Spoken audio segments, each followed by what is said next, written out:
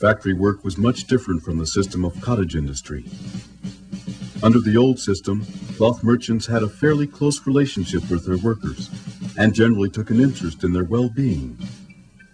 But large factories and rigid production schedules did not allow for much familiarity between owners and workers.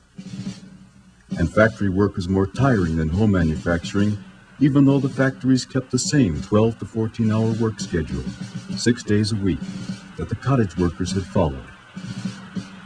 Factory work had greater production demands, was very monotonous, and few breaks were allowed. Plus, working conditions in factories were much worse than in cottage settings. Many of the earliest factories, referred to by labor reformers as the dark, satanic mills, were noisy and dangerous places in which to work, full of dust and fumes that often resulted in permanent physical damage to workers. Children, robbed of their childhoods, worked long hours in the mills, and women and children were paid only a fraction of what the men earned. Many mill owners believed that the lower classes had to be kept poor in order to make them industrious. But even though wages were low, at least workers could rely on them, so that they rarely faced the extreme poverty they had known in the past. Although the working classes did not at first share in the wealth created by the Industrial Revolution, the middle and upper classes prospered, and great fortunes were made as wealth shifted from the hands of land-owning aristocrats to factory-owning capitalists.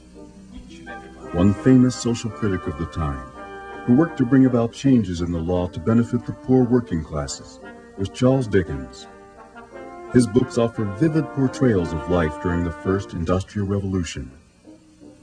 And Karl Marx, a Dickens contemporary, who lived in England for much of his life, wrote his two famous books, Das Kapital and the Communist Manifesto, in response to the social injustices he witnessed as a result of industrialization.